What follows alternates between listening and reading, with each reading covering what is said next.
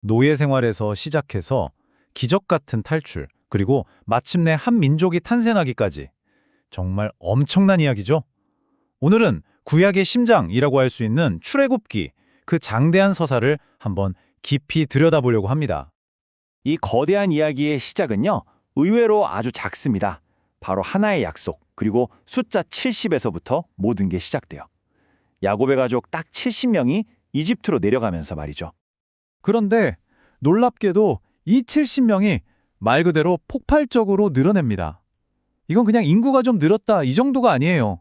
하나님이 아주 오래전 아브라함에게 하셨던 약속, 그 약속이 성취되는 순간이었죠. 온 땅을 가득 채울 만큼 정말 거대한 민족이 되어버린 겁니다. 근데 있잖아요. 이 엄청난 성장이 오히려 새로운 문제를 불러옵니다. 축복이 저주가 될 수도 있는 상황이 된 거죠. 한 민족을 향한 이 약속이 어떻게 위협으로 변해가는지 이제 이야기의 첫 번째 장으로 들어가 보시죠. 이집트의 새로운 파라오가 등장하는데요. 이 왕의 눈에는 불어나는 이스라엘 백성이 더 이상 축복이 아니었어요. 오히려 엄청난 위협으로 보였던 거죠. 그래서 어떻게 했을까요? 네, 바로 그들을 노예로 삼아버립니다. 이때부터 정말 끔찍하고 혹독한 압제의 시대가 열리게 된 겁니다. 자, 이제 판이 깔렸습니다. 이건 그냥 사람들끼리의 싸움이 아니에요. 이건 말이죠. 하늘의 권능과 땅의 권력이 정면으로 충돌하는 정말 거대한 대결의 서막이었습니다. 바로 이집트로부터의 탈출, 구속에 대한 이야기입니다. 그러니까 이게 단순히 모세랑 파라오의 기싸움 정도로 생각하면 안 돼요. 그 이면을 들여다보면 이건 사실 이스라엘의 하나님 대 이집트가 섬기던 그 모든 신들의 자존심을 건 한판 승부, 신들의 전쟁이었던 셈입니다. 그래서 하나님은 당신의 능력이 얼마나 대단한지, 그리고 파라오의 그 완고한 마음을 꺾기 위해서 정말 상상하기도 힘든 10가지 재앙을 이집트 땅에 쏟아붓습니다. 그런데 9번의 재앙이 휩쓸고 지나갔는데도 파라오의 마음은 꿈쩍도 안 해요. 정말 대단하죠. 도대체 뭐가 더 필요했던 걸까요? 이 완고한 왕을 무너뜨리고 마침내 자유를 가져온 결정적인 한방, 바로 그 마지막 비극적인 사건이 모든 것의 흐름을 바꿔놓게 됩니다. 그게 바로 유월절 사건입니다. 10번째 재앙이죠. 어린 양을 희생해서 그 피를 문에 바른 집은 심판의 천사가 그냥 넘어간다는 뜻이에요. 이 어린 양의 피가 말 그대로 이스라엘 백성 전체를 죽음에서 건져낸 궁극적인 구원의 상징이 된 겁니다. 결국 파라오는 두 손 두 발 다 들게 되고 이스라엘은 드디어 자유를 얻습니다. 근데 이 순간이 얼마나 중요했냐면요. 이날을 기점으로 아예 달력을 새로 시작해버려요. 오늘부터 1일 하는 것처럼요. 한 국가로서의 진짜 생일이 된 거죠. 자, 자유를 얻었어요. 정말 좋죠? 그런데 그 다음은요? 이제 우리는 어떻게 살아야 하지? 라는 아주 근본적인 질문에 부딪히게 됩니다. 바로 이 지점에서 율법 이야기가 시작되는 거예요. 자유를 얻은 백성이 하나님의 백성답게 살아가는 법, 그 매뉴얼에 대한 이야기죠. 그래서 시내산에서 하나님이 이들에게 율법을 주시는데 이걸 그냥 이거 하지 마, 저거 하지 마 하는 규칙 덩어리로 생각하면 오산입니다. 그게 아니라 자신들을 구원해준 왕이신 하나님과 어떻게 관계를 맺고 그분의 백성으로 멋지게 살아갈 수 있는지에 대한 일종의 사용설명서 같은 거였어요. 그리고 이 설명서의 가장 핵심적인 요약본이 바로 우리가 잘 아는 십계명입니다. 아주 간단해요. 딱 두 가지로 나뉘죠. 첫 번째는 하나님을 어떻게 사랑할 것인가, 그리고 두 번째는 우리 이웃을 어떻게 사랑할 것인가.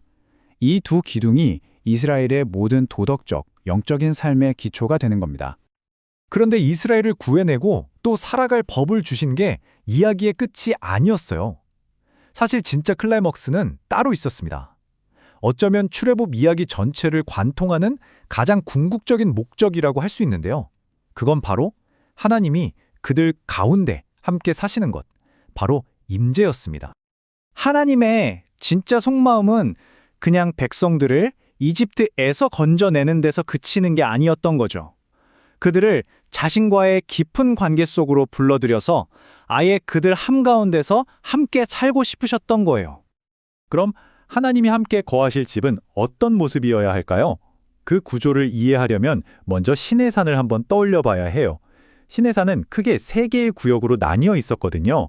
거룩함의 정도가 달랐던 거죠. 자, 한번 상상해 보세요. 이 신성한 시내산의 구조, 이 거룩함의 세 단계를 마치 텐트처럼 접어서 들고 다닐 수 있게 만든다면 어떨까요? 바로 그 아이디어가 성막의 핵심입니다. 말 그대로 움직이는 시내산이었던 거죠.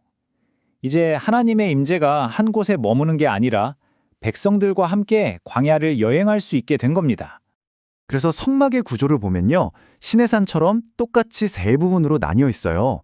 가장 안쪽에는 하나님의 임재가 있는 지성소, 그 다음은 제사장들이 들어가는 성소, 그리고 바깥들에는 모든 백성이 모일 수 있었죠. 이렇게 거룩함의 단계를 둠으로써 거룩하신 하나님이 죄 많은 인간들 한가운데서 안전하게 거하실 수 있는 길이 열린 겁니다. 자, 그럼 이 기나긴 여정의 대미를 장식하는 장면은 무엇이었을까요?